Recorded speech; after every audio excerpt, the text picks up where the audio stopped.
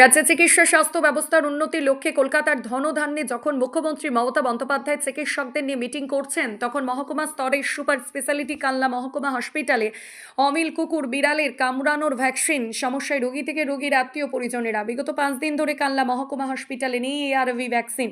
যাদের সামর্থ্য রয়েছে তারা পয়সা দিয়ে কিনে দিচ্ছেন ভ্যাকসিন, আর যার সামর্থ্য নেই তারা অসহায় অবস্থায় ফিরছেন কালনা মহকুমা হসপিটাল থেকে। ছবি আজ শুধু সোমবারের নয়, গত 20 তারিখের পর থেকে কালনা মহকুমা হসপিটালে বন্ধ কুকুর, বিড়াল, ইঁদুর সহ বিভিন্ন প্রাণীতে কামড়ানোর ভ্যাকসিন।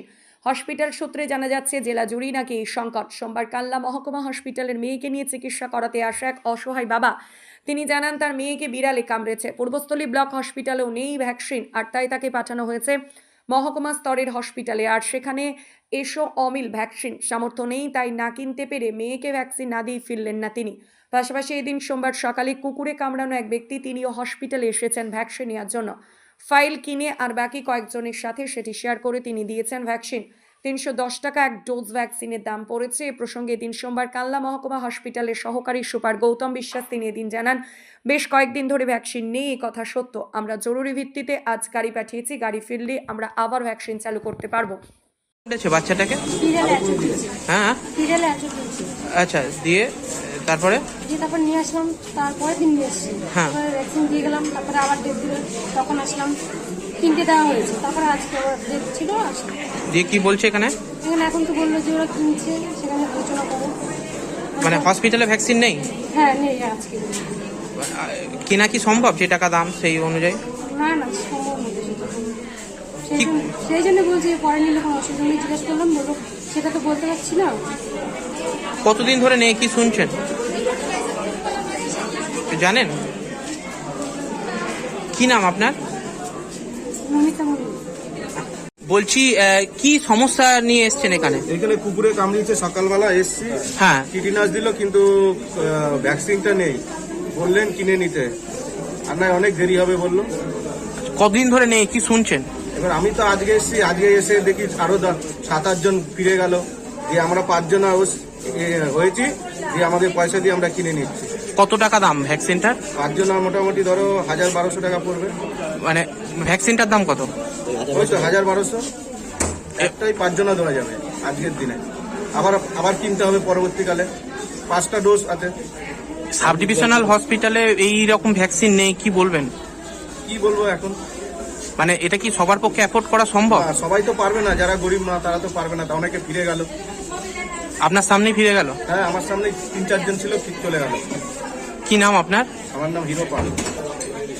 আপনার পেশেন্ট কিসের জন্য এখানে এসেছে? কুকুরে কামড়েছে তাই এখানে এসেছে ভ্যাকসিন নিতে। একটু জোরে বলুন। কুকুরে কামড়েছে তাই ভ্যাকসিন নিতে এসেছে। আচ্ছা, দিয়ে কি শুনলেন এখানে? এখানে ভ্যাকসিন নেই নাকি 7 দিন ধরে। আচ্ছা, দিয়ে ভ্যাকসিন পাওয়া যাচ্ছে না, এখন বললো কিনে নিয়ে আসতে বাইরে থেকে, ওনারা নিয়ে আসতে। আচ্ছা, দিয়ে এখন কিনতে গেল। কাকে কামড়েছে আপনার? আমার স্বামীকে কামড়েছে। কোন জায়গায় বাড়ি? নিচু জাপট পালপাড়া, কালনা নিচু জাপট পালপাড়া। ওখানে কি কুকুর কোনো খেপে টেপে গেছে এরকম কিছু বিষয় হয়েছে নাকি? হ্যাঁ, ওই এলাকায় অনেককেই কামড়েছে নাকি? ওইখানে অনেকেই কামড়েছে। আচ্ছা, বলছি কি এই যে ভ্যাকসিন নেই একটা সাব ডিভিশনাল হসপিটালে, কি বলবেন এই বিষয়ে? থাকাটা তো খুবই প্রয়োজন, ইমিডিয়েটলি যখন তখন সবার লাগতে পারে, এটা আপনাদেরই পারে। আচ্ছা, যদি কেউ কিনতে না পারে, ওই হসপিটালে তো গরিব মানুষই ধরুন আসে, যদি কিনতে না পারে তারা কি ফিরে যাচ্ছে? ফিরে যাচ্ছে তো, অনেকেই ফিরে যাচ্ছে। কি নাম আপনার? মুনমুন পাল। আপনার স্বামীর কি নাম?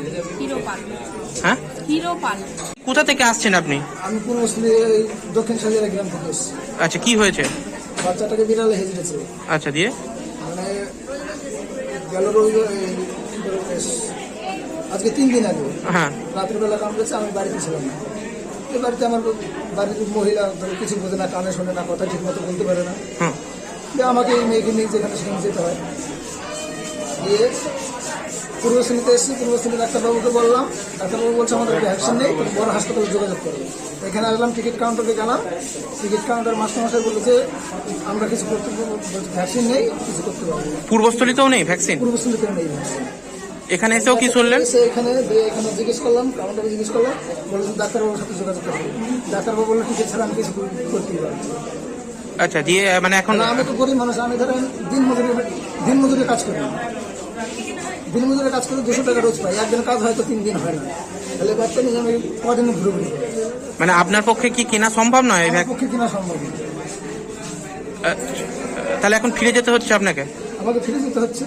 কি নাম আপনার? আমার নাম অভিজিৎ সরকার। আর বাচ্চাটার কি নাম? বাচ্চাটার নাম অঙ্কিতা সরকার। কিসে কামড়েছিল ওকে? বিড়ালে হেসে দিয়েছে।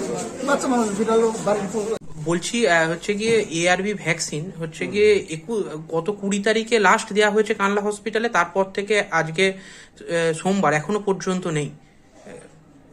অ্যাকচুয়ালি এআরভি ভ্যাকসিন আমাদের হঠাৎ করে একটা শর্ট সাপ্লাই হয়ে গেছিল আমাদের পুরো পূর্ব বর্ধমান ডিস্ট্রিক্টে। তো আমাদের ওটা গতকালই আর্জেন্ট বেস করে এসছে ডিআরএসে, এবং আমরা আজকে সকালেই আর্লি মর্নিংয়েই আমরা গাড়ি অলরেডি পাঠিয়ে দিয়েছি।